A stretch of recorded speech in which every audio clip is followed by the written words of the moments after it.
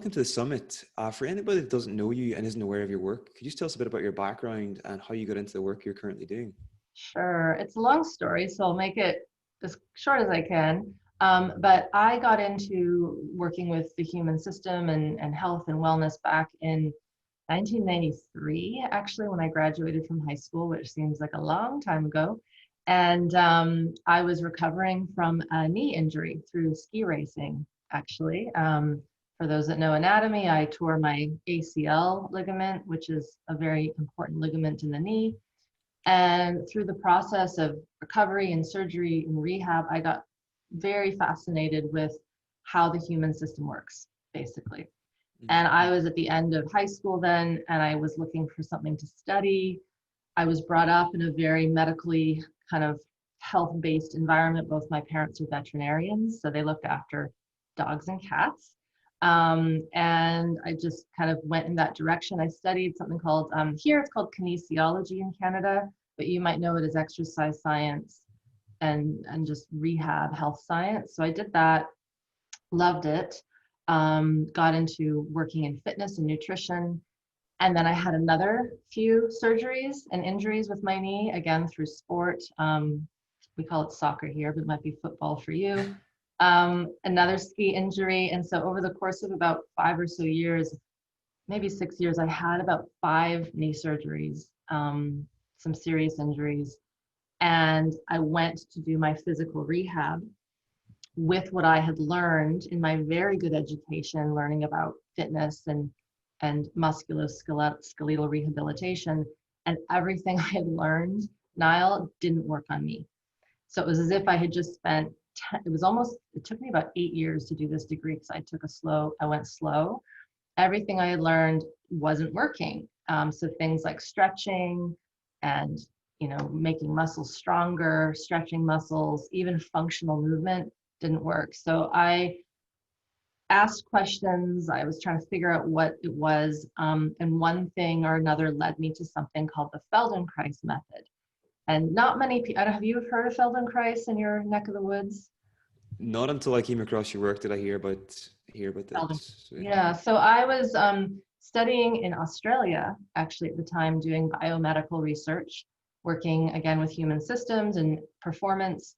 And my physical therapist was also dumbfounded with my body, even though I was strong and fit and everything was in the right place and my fracture of my knee had healed. I was in a lot of pain, a lot of tension, and he would work on me, and then 2 days later, it would be back to the way it was. So it was kind of like this big question mark, and he was stumped, and he said, "Hey, you should probably go see this other colleague of mine who does this stuff called Feldenkrais." So that's how I got introduced to that. That was in around 2001 in Australia, and no word of a lie, it was like a miracle for me at the time. I committed to doing the movements, very, very sophisticated mind-body work, slowing movement down, relearning how to move the way an infant might when they're really, if we think about a baby, they're not told this is how you move. They just know how to do it, right? Yeah. Granted, of course, they're neurologically sound and they've developed properly. So I relearned how to move over the period of about 4 weeks, and no word of a lie, all the pain, all the stiffness, the function, my body felt light again. And I went, well, this is crazy because I just spent the first, bit of my lifetime studying exercise rehabilitation from the classical physical therapy core strength world. And this Feldenkrais work that's just going back to gentle movement and sophisticated patterns was what helped. So that was an eye-opener. I came back to Canada, looked into the work, decided to study the Feldenkrais work, did that, started a private practice, was doing really well, and helping people the way I was helped. But then, of course, lo and behold, there was a summer in 2008 where I wasn't helping a subset of people. And so there were people coming to me, and I would say about 50% of the people didn't have the same results that my other private practice clients had. And again, I'm like, what the heck am I missing? You know, now I'm missing another thing. And what a lot of these people had in common who weren't getting better, they had really intense histories, whether it was abuse, accidents that were way worse than mine. One woman was in a propane explosion, so she was recovering from third-degree burns. So her system was just sensitized to pain. One woman had been crushed by a horse when she was young, and she still had a lot of pain in her spine. Another gentleman had fallen on a bed of rocks. He was a first responder on the ski hill where I lived. And even though he didn't have broken bones, he wasn't paralyzed, there was like this shock in his system. And we'll talk about this when we get into the polyvagal theory. He was sort of in a shutdown state. And so even though we would move and he would feel, it's like an elastic band, he would just snap back to the way he was before. So I started asking questions and talking to my colleagues and elders, and one thing or another led me to the work of Peter Levine. And he is the founder of Somatic Experiencing. And at this point, he's still alive, he's still teaching, doing his stuff. And when I learned about Peter's work and started to read some of his books, one of them is called Waking the Tiger. It's kind of a classic book on why humans get traumatized and get post-traumatic stress disorder and animals in the wild don't. And the reason for that, it just, all these light bulbs started to go on. That was 2008. And I said to myself, well, I guess I have to go study more. So I headed down to California, which is where the training was at the time. And they're all over the world. But the one that was starting up soonest was there. I went, and that completely changed everything in my life.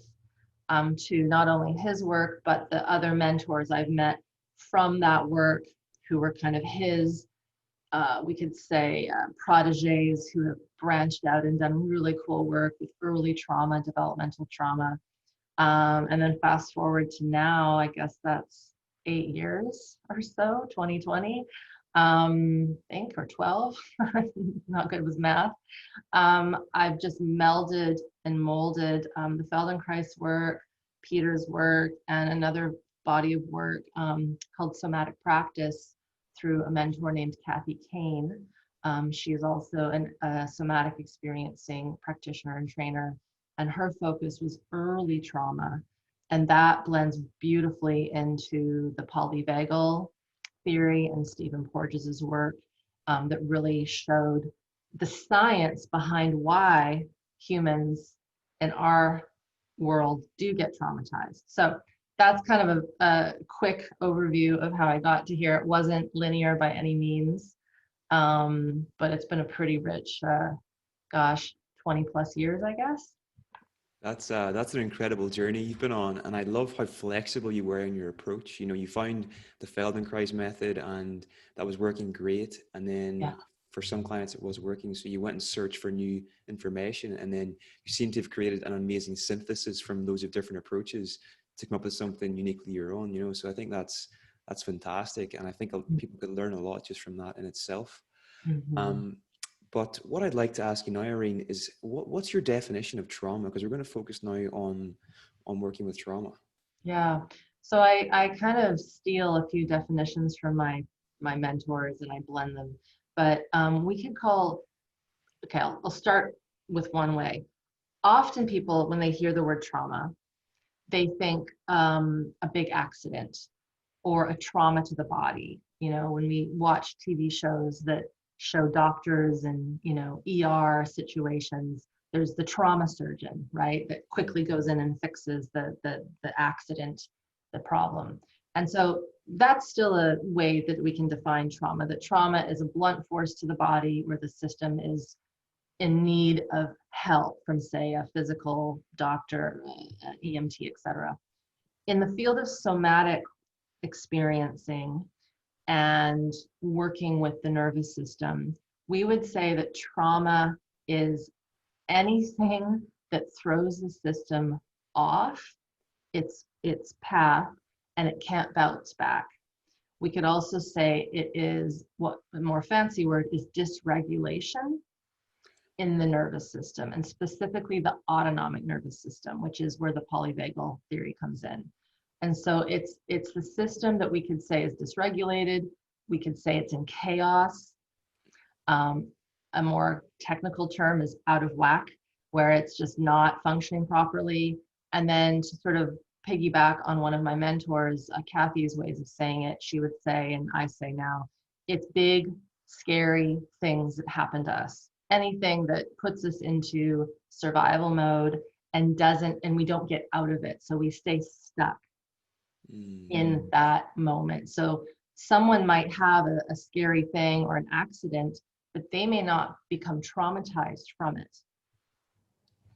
Right? So you can have two people that have, say, the same car accident. One walks away, they might have a little sore neck or a bruise from the seatbelt, but they're fine. Like their system bounces back, all their physical systems, I should say, hormonal, immune, digestive, cardiovascular, just keep working fine. And then another person might get into the exact same car accident, and they are gone into a spin cycle of terrible, terrible stuff. Body systems break down. They're afraid of driving. They don't want to leave their house. They can't sleep. Their system goes into what I like to call a survival spin cycle, right? Like it just starts spinning out. And if we understand the autonomic nervous system and what creates it over life, we then can figure out why one person walks away no trouble and another person is sort of in this situation where their life just slowly starts to crumble. So the definition of trauma is vast, depending on what camp you're in. But for the work I do, it's about the nervous system being dysregulated, and then how that dysregulation impacts the organ systems, the physical systems, the relational systems, and also how we connect to the environment, which is very polyvagal. That's fascinating. I hope So that makes sense. it does, it does. So Good. if there's somebody listening to this at home and they might have experienced a traumatic experience when they were younger, and they know that they have this trauma and they're carrying it around with them, but they're kind of reluctant to deal with it and start working with it. Why is it important that we work through our traumatic experience? Like, what happens if we don't? What are the consequences if we just leave them? Yeah. Well, I'm going to cite some research because it's important to hear this so that my cause is backed up by more than just me saying, because you have to. So we found over the course of the last sort of, gosh, it would be 30 years, 20 years, back in the 80s, there was a very important study that happened by accident. Have you heard of the ACE study, the Adverse Childhood Experiences study? I've heard it mentioned, I think, in another interview, but I haven't I don't know much about it. So could you please expand It's upon important. Yeah. So let's break that down. So back in the 80s in California, there was a medical insurance company that was doing interventions and helping individuals who were incredibly overweight. So we would define that as morbidly obese. And they were putting them through interventions, diet, exercise, counseling, support group, spiritual, like everything to help them get better and lose weight so that their health can improve. And it worked. It was working with a large portion of people within this health insurance company. And what happened was that the person running it, his name is Dr. Vincent Felitti, he is still too alive. He started to see an interesting trend, and that was that a lot of the people that were losing like hundreds of pounds, like big pounds, lots of pounds of body fat, were dropping out of the study, or dropping out of the intervention, I should say. They just stopped coming in, they stopped connecting, and he thought that was really odd. This wasn't everyone, but a large portion. And one thing led to another, and he started to follow up with these people and figure out, as any good caring medical doctor and researcher like wants to know why. And it turned out that these people had all had various early experiences that were abusive, adverse, and highly stressful growing up. And so when he started to see this, and a lot of them had experienced sexual trauma, abuse, physical, parents that were not able to parent properly, addiction, mental illness in the parents, incarceration, just lots of interesting things. And I'm very simplifying this, but over the course of many years, he started to ask more questions. He started to research these individuals. And it turned out that when there are adverse, he called them adverse childhood experiences, that's what ACE stands for, pending the amount that you have, will be directly correlated, we should say, to illness later in life and physical health problems. And so, and to show how important this wasn't just 100 people, this was 17,000 people, which, if you know anything, I got head tingles just saying that, if you know anything about science and epidemiology, when you have a large subset that shows the same trend, that's almost fact. You know, from my science background, there gets to be a point where you can't deny the evidence as true.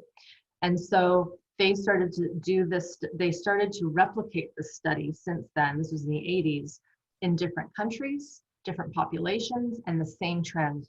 Doesn't matter where you are, if you have adversity growing up, you are more likely to get certain chronic illnesses like cancer, autoimmune, addiction, even things like arthritis, poor health habits, the use of IV, drugs, all these things that we see are isolated problems, they get connected back to high levels of stress growing up.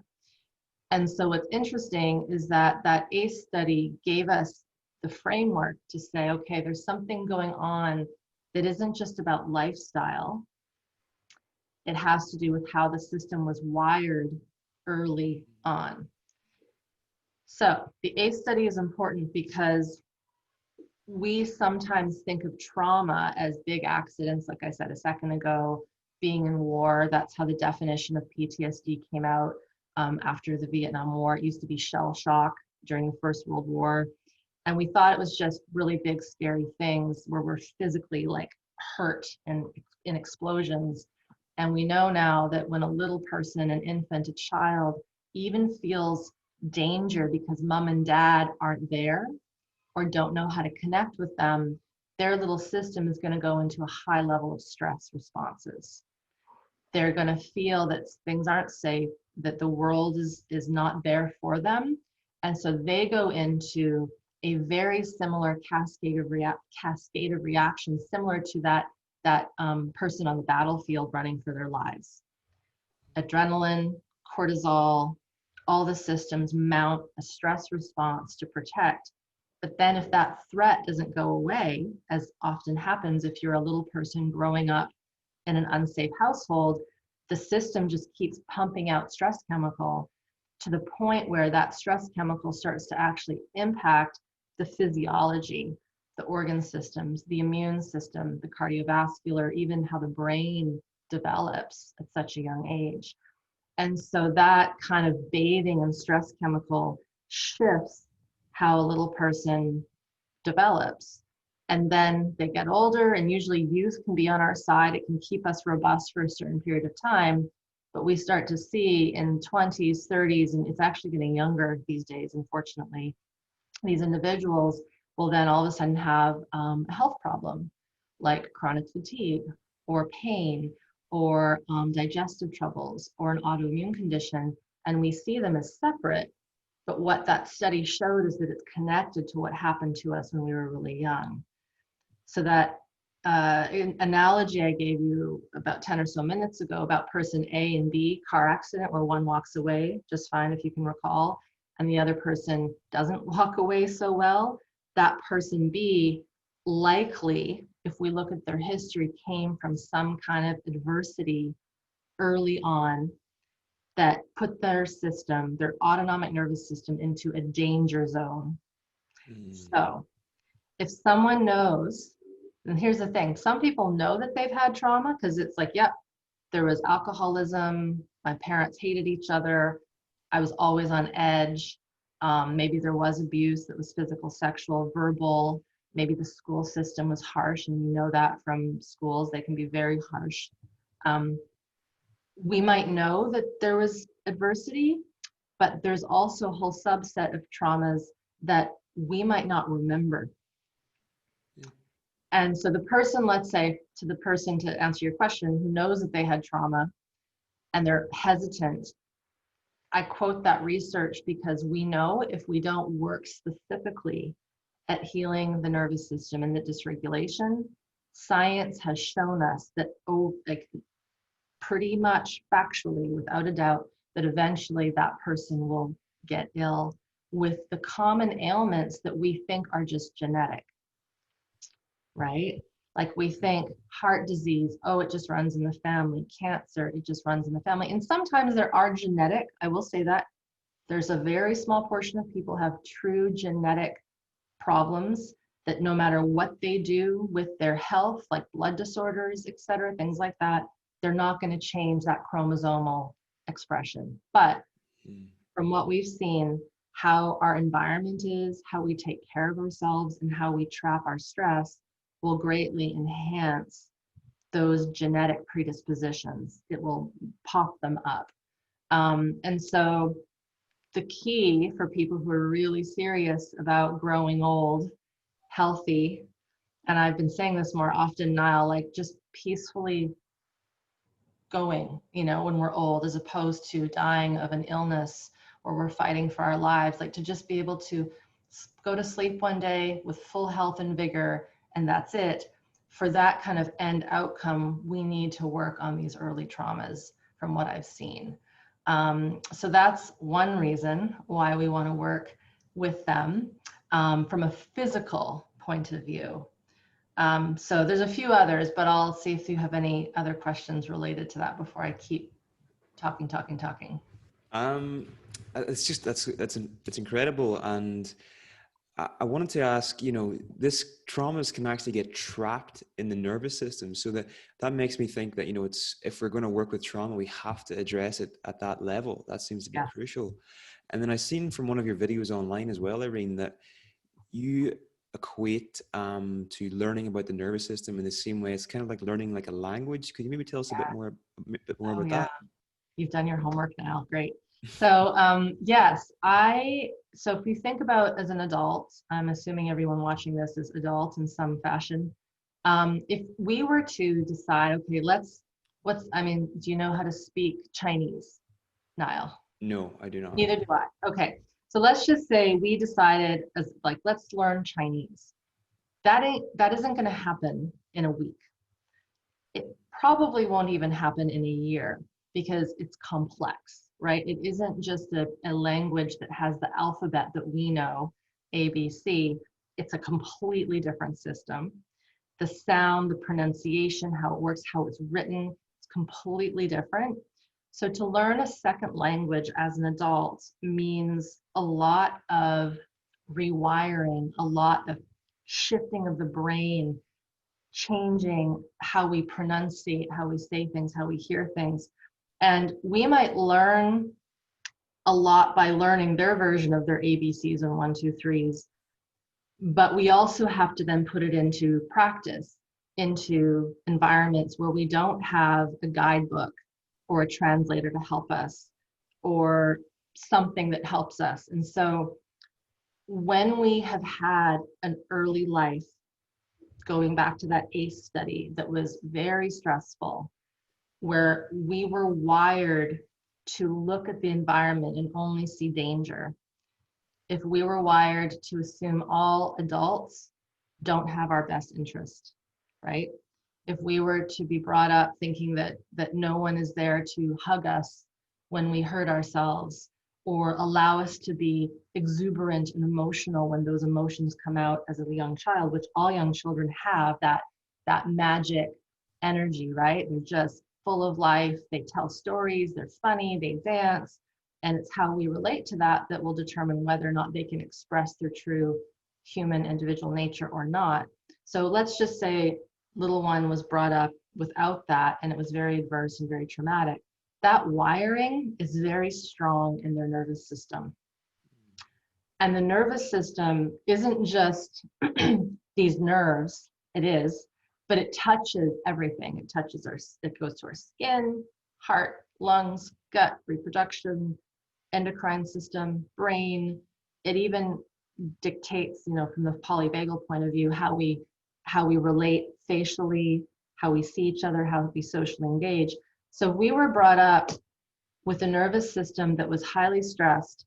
It is going to connect with all those systems I just mentioned in a highly stressed manner, in a way that isn't hanging out, chill, vibrant, etc.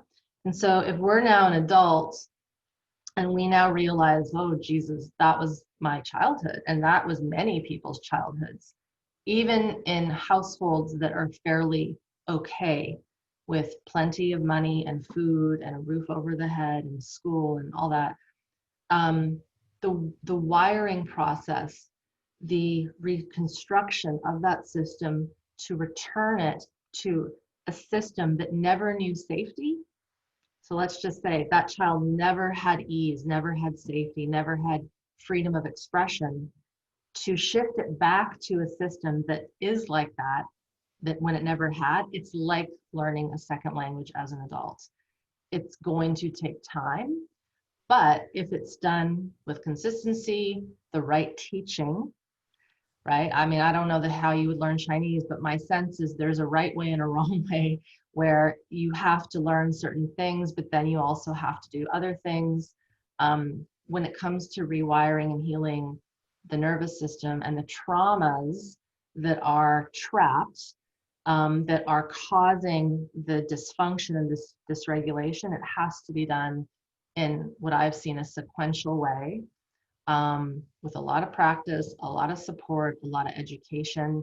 And let's just say we really don't want to learn Chinese. Let's just say, it's not a big deal. It's not life or death. If the person doesn't have that strong conviction, I really want to do this, I really want to shift these patterns, it's going to be hard for that rewiring and that healing to happen, because it requires that level of interest, from my experience. Yeah, I think it's a great analogy. It makes a lot of sense. Yeah. So how can someone tell that they might have a trauma? Like, is there any symptoms that people can be aware of, like telltale signs of a traumatic experience? There's a few. So the more common in your face ones are ailments, medical ailments. So immune system that is attacking itself, chronic pain, chronic fatigue, digestive troubles, anywhere from gastric reflux that's chronic and consistent, not just because you ate a little too much one night, but it's always there. What we would call irritable bowel, where there's just this irritation in the bowel, Crohn's, again, the bowel problem, where there's, again, these high levels of chaos in the flow of how we digest and process food, and then of course evacuate our bowels. So chronic constipation or chronic diarrhea. People that, if you ask someone, it's like, oh yeah, I have regular bowel movements, but they're just once a week. It's like, whoa, that's not right. Or, oh yeah, I have bowel movements like 10 times a day and it's all fluid. It's like, ooh, that's not good either. Wound healing. So if we have a cut or something like a bruise, it takes longer than it should to heal. Hormonal. So again, that could be for women, very, very dysregular, painful menstrual cycles. Also things like sleep. So again, this is a big common problem in our society. The trouble getting to sleep, staying asleep, or waking up feeling completely groggy and not rested. I mean, the list just kind of goes on and on. And then in terms of things that are, and I haven't named all of them, by the way, everyone, there's lots of them. The other thing that is less physical would be having trouble relating to people, afraid of social situations. We would call it social anxiety, fearing leaving our house, going blank in stressful situations, what we would call, how would we say it? brain fog. So knowing that we have to do something and just not being able to connect the dots with, say, cognitive stuff. And then in terms of, again, more, we call it social and personal, would be lack of drive in our life.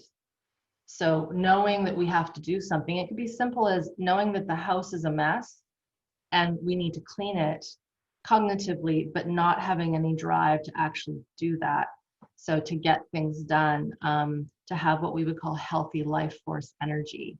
And then another one that also fits really beautifully in with Polyvagal, and that is getting into relationships that are very toxic.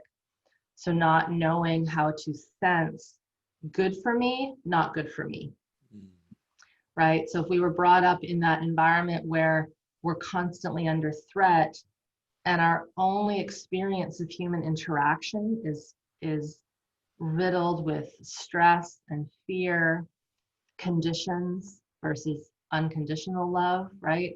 All these conditions, we will only know that. Our wiring will be like that. And so we then go in life and maybe we don't have a physical ailment, because some people have physiologies that are just a little more robust. It's just the way we are as humans, but every relationship we get into is a disaster.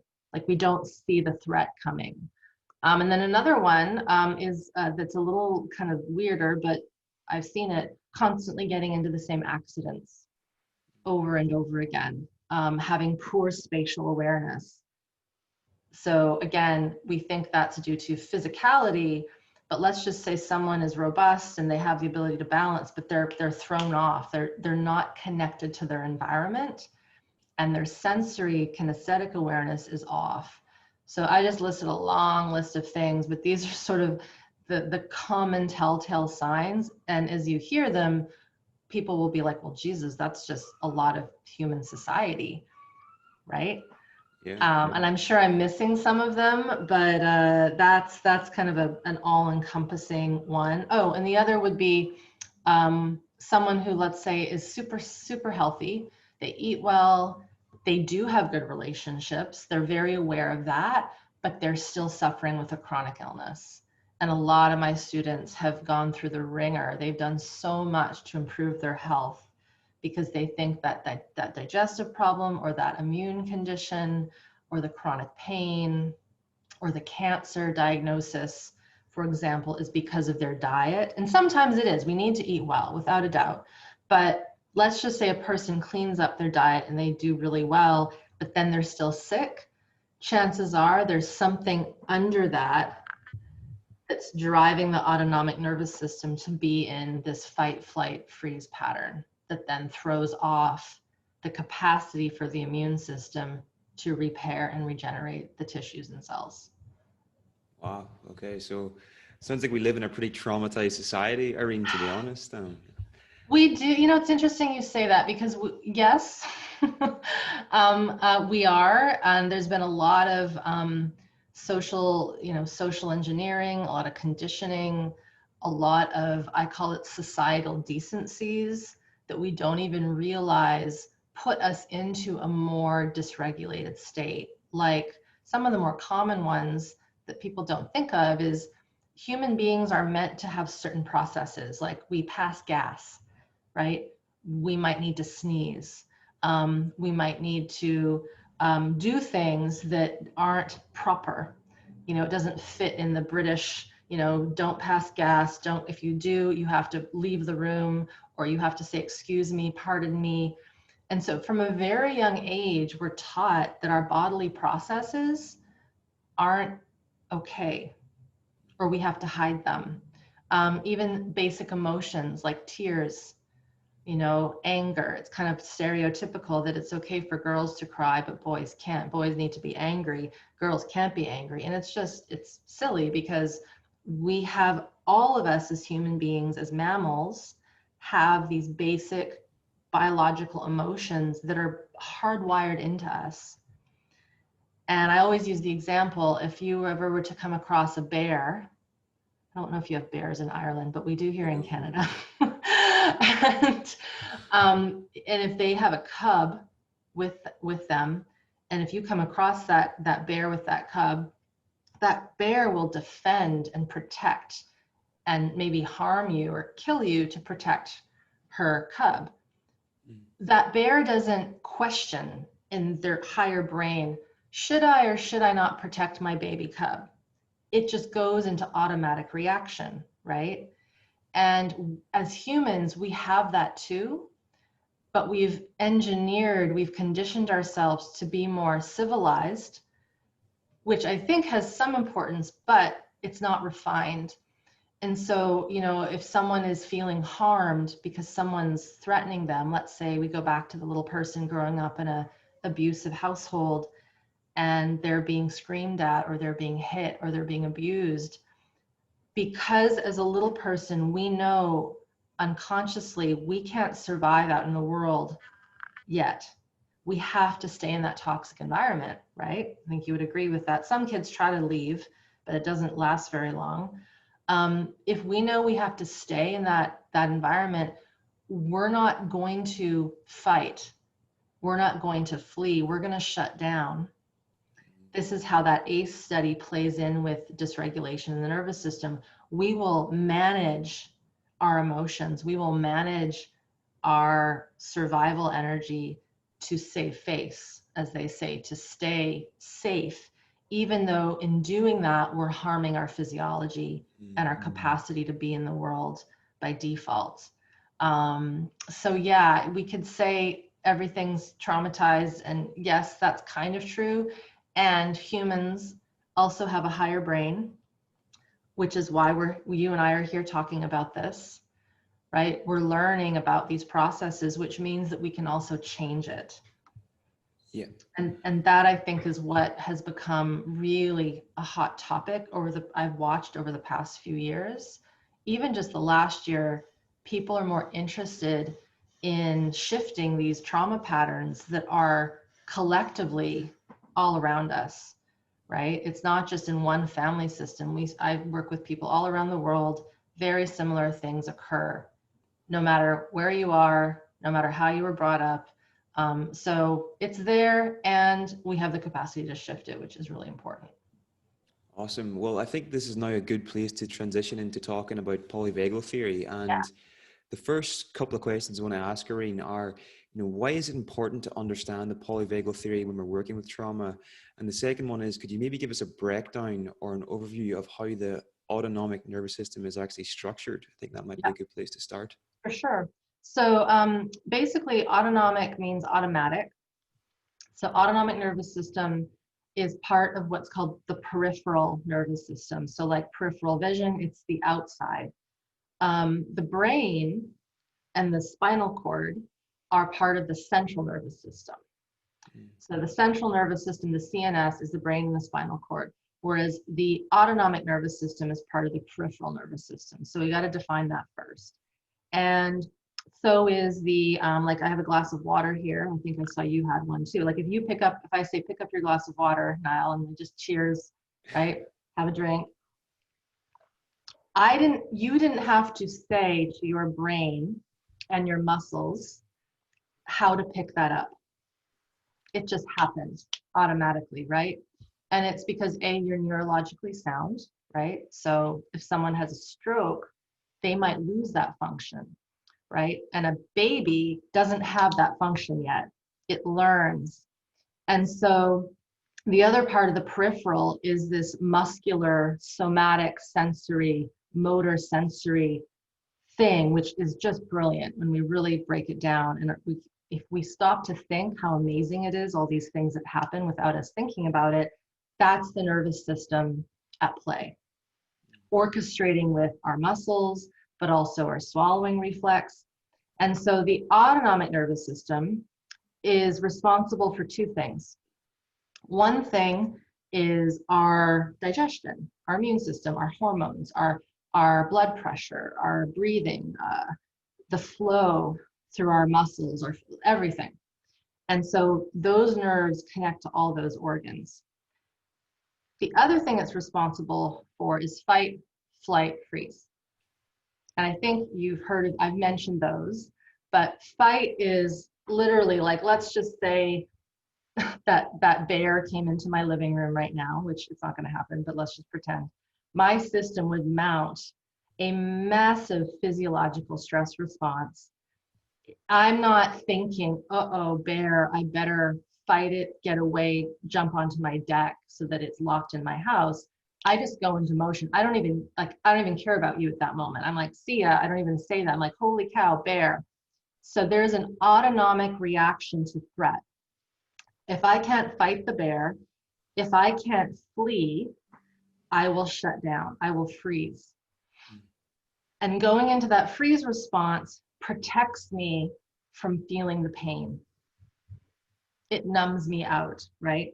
And people who have been in car accidents, people who have been physically attacked, people who have been sexually attacked, abused, they will say, I saw myself above my body. I was above my body watching it happen.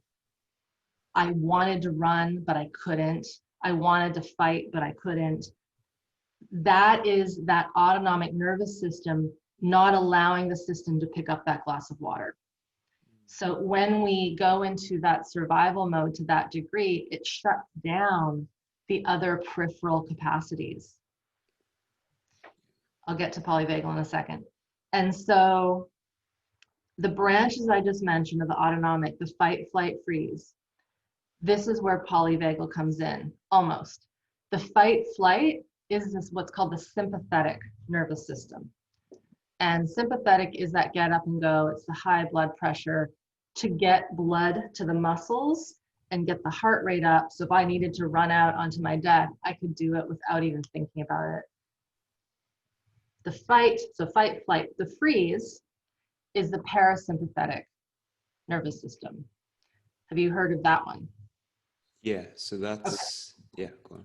Okay, so the parasympathetic nervous system is also part of the autonomic, and this is where the vagus nerve comes in. So poly means many, vagal means vagus nerve. And so in our brain, we have what's called cranial nerves, so nerves of the cranium. And one of them is the vagus nerve, and it travels out of the brain, comes by the brain stem, and there's two branches. One is called the dorsal, and dorsal just means back. So in French, dos, it's the back. And it travels below the diaphragm. So it goes to the gut, it goes to the diaphragm, it goes to the reproductive organs, the kidneys, all of that good juicy stuff in our viscera, right? It goes below. That's the dorsal branch of the parasympathetic nervous system. And it's the vagus nerve, part of the vagus nerve. The other portion of the vagus nerve, the other branch of the parasympathetic, is called the ventral. Ventral means front, vent, the front. And it comes in front of the brainstem, and it innervates everything above the diaphragm. So the heart, lung, the face, the ear, it's called the pharynx and the larynx, our ability to vocalize our vocal cords. And so the front, the ventral, goes above. And so polyvagal theory is nothing more. It's nothing more than these branches, these different branches of the parasympathetic nervous system. Now, if we go one layer deeper, when we have a baby, so this is where we have to go back to that ACE study. When we have a brand new baby, well, all babies are brand new. So baby comes out, it is not fully functional. Some things are functional, right? Again, if it's a full-term, healthy, neurologically sound infant, their digestion works, they can urinate, their heart pumps, they can breathe. That is all there. Their immune system is still not quite online. They learn that by being exposed to the environment. But the basic things are there. So their nervous system, their autonomic nervous system, has enough to live. But the part that isn't fully functioning is what's called the ventral part, the ventral vagal. And when you have a baby, again, granted, you know how to be with them, you talk to them, you sing to them, you rock them, you do all these things to connect with them and attune to them. That connection is what teaches the child how to have the ventral portion of their vagus nerve. And so as you start to interact with a child that's little like that, they pick up the faces. Like if you've ever had a little one, you make faces, they see you. If you have a sad face, they get sad. They learn, they borrow from us as older humans. They borrow our ventral vagal. So they're learning how to be human based on who is with them. This is very important because this is how we see trends and habits get passed on through generations, as we are being modeled by our caregiver. And so the other interesting thing with the vagus nerve here is that when we're born, we don't have the ability to self-regulate fully. So if we are feeling a stress, a strain, a baby cries, if we are connected with another human and we're held, we're rocked, it teaches that baby's ventral vagal nerve to get stronger, for lack of a better way of saying it. And the other interesting thing with the ventral vagal nerve is it goes to the heart. There's a part of the heart called the SA node, the sinoatrial node. It's like the pacemaker of the heart. And that nerve, that ventral nerve, when it is working, when it is learning how to work more, and it's learning how to work through what's called co-regulation with that primary caregiver that's soothing the baby starts to learn how to regulate their own heart through connecting with the adult who's being calm. If you have an adult with that baby who is not calm, who is anxious, who doesn't know how to touch and hold the baby with ease and protection, but is very strained, very stressed, and their system doesn't know how to regulate and calm down naturally, we then teach that baby how to be dysregulated from the beginning. And so this is where it gets tricky, right? Because if the adult human taking care of that baby isn't aware of these things, the transferring of that wiring is just happening because that's what happens.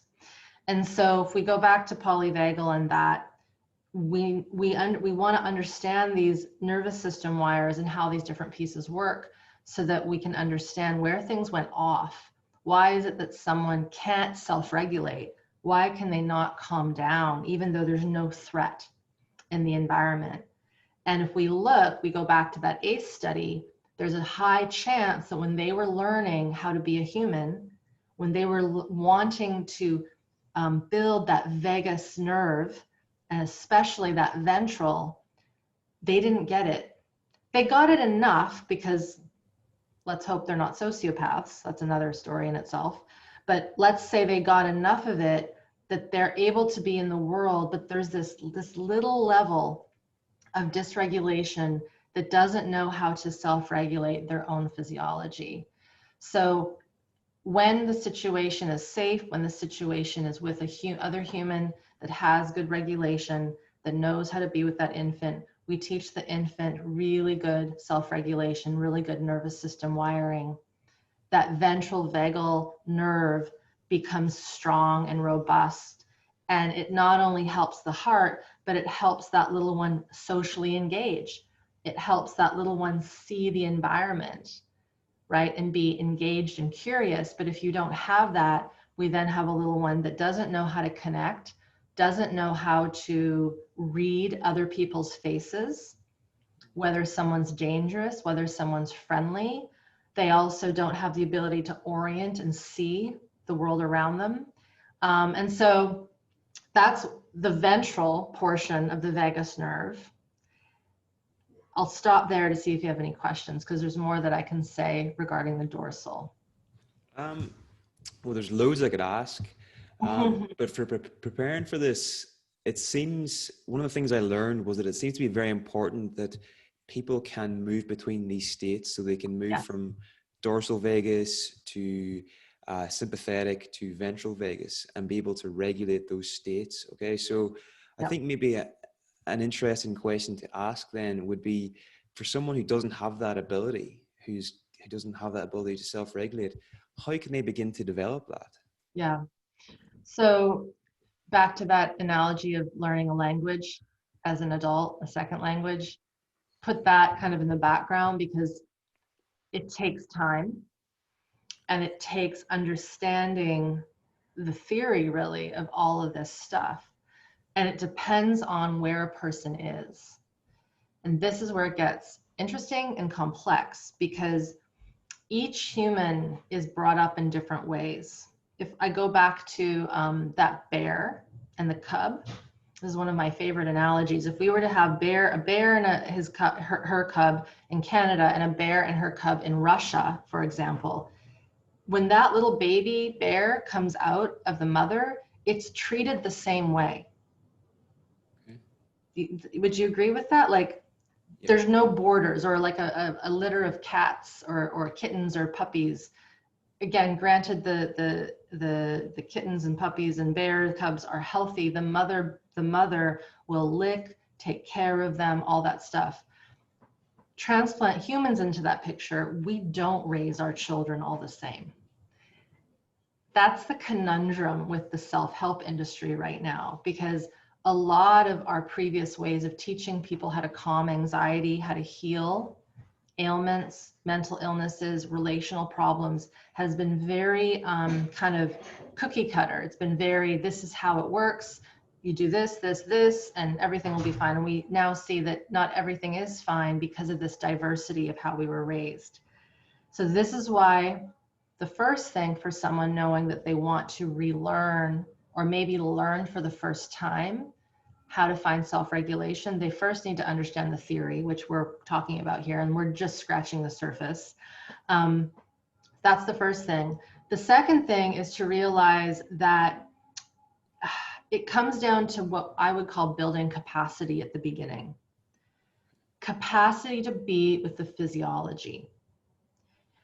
Because if we're that little baby, always goes back to the baby, and I'm crying and no one's coming for me, and I'm just gonna cry and no one's here, I go into sympathetic and no one comes, I'm gonna shut down. And we know this, right? Kids that are left to cry themselves to sleep, when they stop crying, it's not because they've self-soothed. It's not because their ventral vagal aspect is turning on because they've been engaged with. It's because they're going into what's called the dorsal shutdown. So that's where that dorsal branch of the vagus nerve comes in. They've defaulted into no one's here, I better just shut down and prepare for death. That sounds a little extreme, but that's what's happening. And so let's just say that's what occurred. We need to teach the adult human, that there's a lot of stored sensation. We would call it trauma, and this is where I choose my language very carefully. We have a lot of trapped survival energy. We have a lot of trapped fight and flight in our physiology that never got to express. It got exhausted to the point of shutdown. So when we start to do this work, one of the things to understand is that we will start to feel these intensities, these sensations that we weren't taught how to be with our primary caregiver who soothed us and patted our back and looked at us in the eye, because we weren't taught that ventral vagal self-regulation. So as the human adult, the first thing, education. The second thing, growing capacity. And the reason why I say that is we don't want to go right. It's very hard, Niall, to just say to someone, okay, find the traumas in your body and let's release them. It's not that. I wish it were that simple, but it's not that simple. And some methods try to do that, but we're not building the resiliency in the system first. So remember how I said a little while ago, this importance of being able to pass gas, to be okay with our bodily functions. If we're hungry, we eat. If we're not hungry, we stop eating. If we're feeling a tear come up, letting that happen. If we feel an anger, feeling that as opposed to distracting and suppressing it. So one of the first parts of healing this stuff is to be with those bodily emotions, sensations, activations. and being with them over and over and over again. It'd be like learning the ABCs and 1, 2, 3s, day in, day out. And what that does is over time, it builds what I call capacity in the system. Does that make sense? It does. It does. Okay. And so as we do that, as a person becomes more able to feel what's happening, they might then be able to feel the anxiety, the fight, flight. They might even start to feel these old held energies that are like from when they were 1 or when they were 6 months. We would call this pre-verbal, because under the age of 3, before we fully can speak, all of that dysregulation, all of that survival stress is pre-verbal, and it's highly somatic. So this is why, again, if someone's listening and they know that their early life, that mom, dad wasn't regulated, that they had their own troubles, their own addictions, mental illnesses, physical illnesses, if you know that, chances are there is survival energy within your physiology that is not cognitive based and you can't make sense of it. It's going to come out in that panic attack that doesn't make any sense. It's going to come out in that rash that appears for no reason, the gut that clenches for no reason, the immune system that goes wonky for no reason. It's really early. And one of the toughest things when we're doing this work is trusting something that we can't make sense out of, right? And so when we can't trust the system, it's hard to go into the system. When we can't trust what we're feeling, it's hard to sit with something and be with something and be like, oh yeah, I'm totally going to feel this. This is exactly what I feel, because it will feel really weird, and often it'll feel very uncomfortable. And part of the reason I've seen over my many years that people stop working with their bodies and their sensations is it's so uncomfortable, it doesn't feel nice, and they don't want to feel the things that aren't nice. And I get that, I totally get that, but that's where that education and that capacity building has to happen at the beginning, so that the adult human knows, oh my God, this is that old trauma response coming up, and I have to feel it. And the other thing is, I might need to do something to help facilitate this get out. And what that person does is so dependent on what that original thing was when they were young. They might need to just feel it gently. They might need to run on the spot and get that fight energy, flee energy out. They might need to feel the shock and feel themselves go a little numb and stay with it to come out the other side. Or a person might not have a movement. They might just have a shivering response, or they might go into a sweat response, or their heart might just start to thump and it feels like their heart's going to explode for no reason.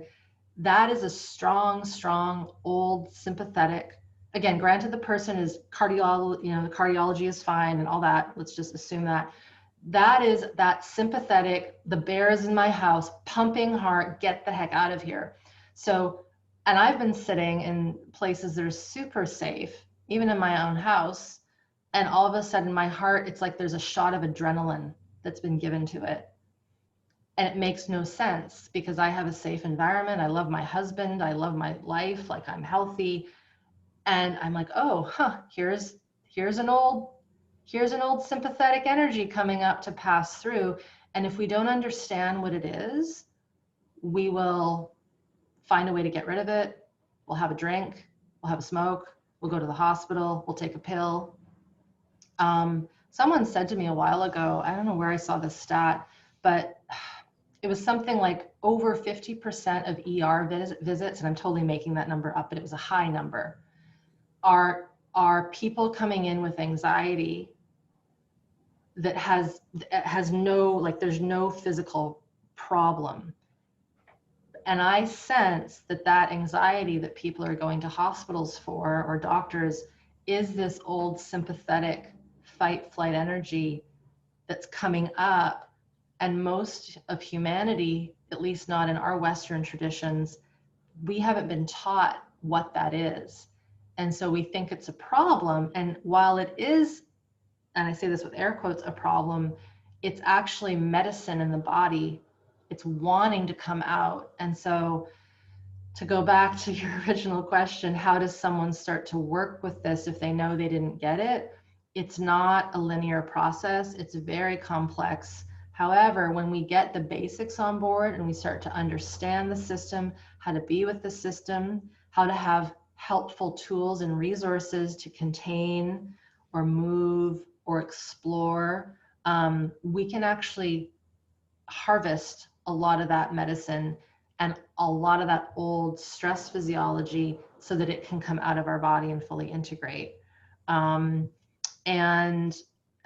let's see if there's anything else. Yeah, that's, I'll end there and you tell me if you have any other follow-ups from that. No, I think you've covered it quite nicely, Irene. So we've got a short amount of time left. So I want to ask you, for anybody watching this that wants to further their understanding of working with the nervous system, are there any resources you would recommend online or otherwise to check out? I know you've got programs on your website that are very helpful in this area too. So maybe you can tell us about those. Yeah, definitely. I mean, if I speak to the resources I have, we've just brushed the surface of Polyvagal and all those pieces. So I have many videos on my YouTube channel. One specifically, Polyvagal Explained. It's a YouTube video. It's 20 minutes long or something like that. We'll break this down again and maybe give a review for people who want to review it. Because the one thing I didn't speak about is that dorsal vagus nerve and how that impacts the digestion and the healing of that, because there's another branch from that that determines whether or not we go into rest digest or whether we're in shutdown. So I'll just say that really quickly for anyone here who knows that they have chronic illness, autoimmune, really deep metabolic problems that are in the physical system, chances are that system is living in what's called high tone dorsal, the parasympathetic. So the system is kind of living in a shutdown state. And when we're in a shutdown state, we can't regenerate efficiently. We can't immune enhance our cells in our body, and that's how we get sick. That's how we have an immune system that's dampened. So I just want to pop that in. So to go and watch some of those other videos, because that'll break it down a little bit more. In terms of more ways to work with this, I have two programs. I know you had looked at them. One is a longer 12-week program called Smart Body, Smart Mind. We run that only once a year. It starts again in March of next year. And running that will be the 10th time we've run it. So this isn't a new program. It is bringing together the science, the theory, and the practices that I've developed to build that capacity in the nervous system. And it's done in a very neurosequential way. So we're laying the foundation so that a person can get those connections with their body that they may never have gotten when they were little. It's very subtle, but it's very powerful. So that's a program where we all go through it at the same time. Smart Body, Smart Mind is what it's called. And if someone wants to start immediately, I have a self-study course that was curated from Smart Body, Smart Mind called the 21-Day Nervous System Tune-Up.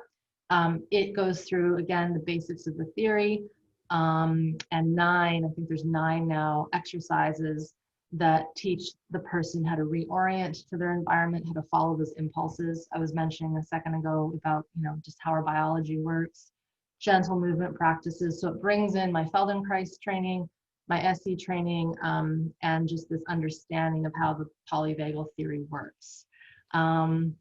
And then in addition to that, I have lots of other free resources on my site. I've got downloads, audio, ebooks. There's a training that's really great called Healing Trauma. It's a 3-part series that goes into kind of what we've been talking about over the last hour now, but over 3 hours. So if someone wants to just dive a little deeper into the science, the theory, I have some really great analogies about building capacity. I would say start with that Healing Trauma series. Again, that's free. It's all on my site. Awesome. Okay, Yeah. well, Irene, thank you so much for taking the time to share some of your knowledge with us today. I really appreciate it. And yeah, You're so welcome. just keep up the great work. Thank you. Well, thank you for being curious and wanting to learn and share this. It's super important right now.